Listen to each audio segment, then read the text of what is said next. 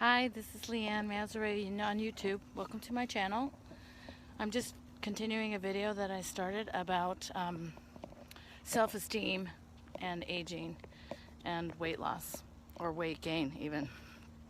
And I was talking about some of the tapes that run through our head as we get older, and we believe what we're told, that, oh, everybody picks up a few pounds when they get older, and that's just normal, and it's something you live with. And a lot of people go way on the end of the spectrum and get very, very obese, and others maybe only pick up 10, 15, 20 pounds, which is still a lot, but it's nowhere near 150, 200 pounds, 300 pounds that a lot of people are now dealing with because of the obesity epidemic in our culture.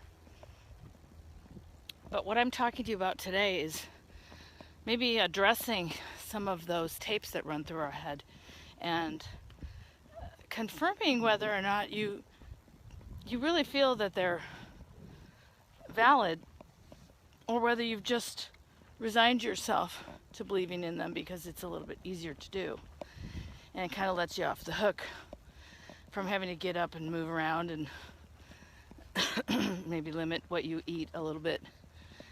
But beyond just the self-defeating tapes that you have in your head,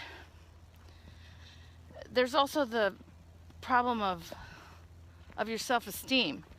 When you're no longer at your peak performance, you're no longer operating at the same weight you were at when you were younger, it can really eat away at your self-esteem.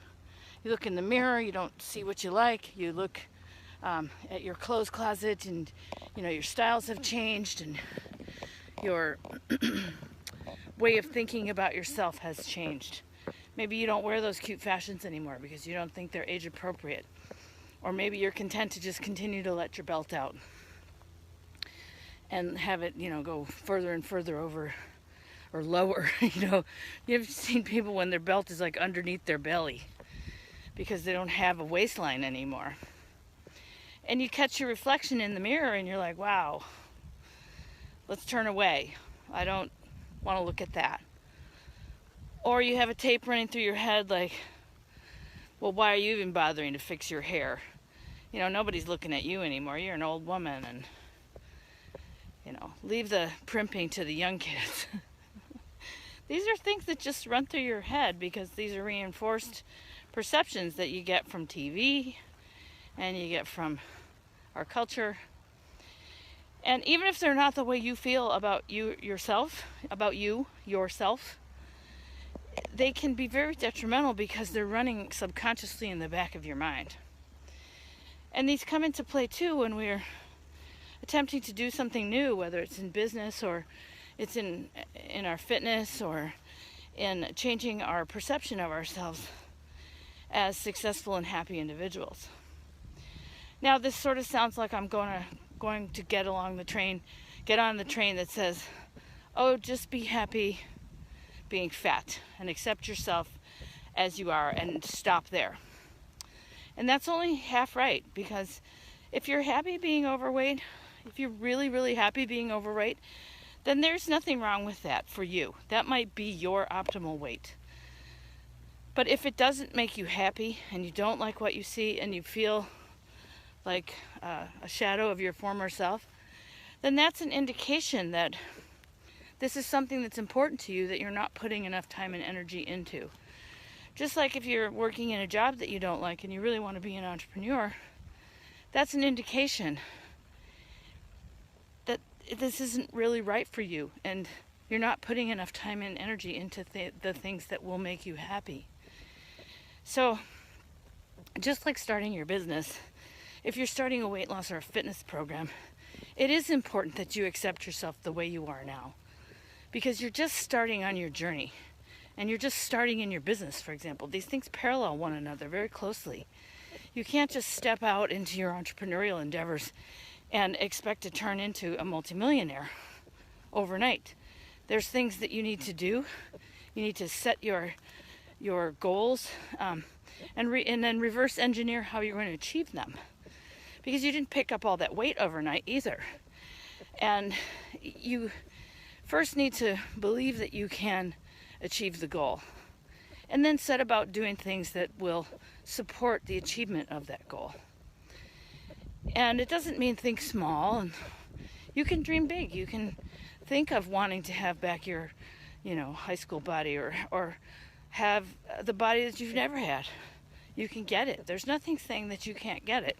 It's just, where does it fall in your priorities, and how much do you believe that you deserve it, and how much of a priority will you make it in your life?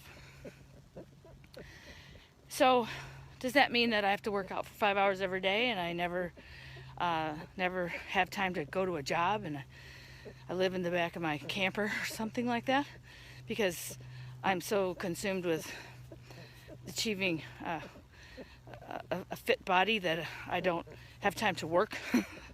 Does it mean that I never eat again? No, it doesn't mean any of those things. It just means that you first accept where you are, accept that you're beginning on your journey. And you don't have to put a time frame on it. The more specific that you get, if you say, I must lose 12 pounds by Christmas, or you say, I must make, $500,000 by the end of the year. That is a very specific goal that may or may not be achievable for you, and you may or may not do the things that you need to do to achieve that goal. And for example, there's just things that are sort of physically unreasonable. Like, you can't drop 25 pounds by the end of the month. That would be very unhealthy. And so you need to allow your body to adjust to the new requests that you're making of it, and get your mind set on your goal, and just put it out there in the future, and then do things that support that goal by being kind to yourself, by giving yourself a pep talk, by accepting yourself the way you are now, loving yourself the way you are now, and just getting out there and moving around and asking your body to help you achieve your goals. In the same way that you can, pray for any other change that you want to occur. If you believe that it will come, that's the first step in actually making it appear.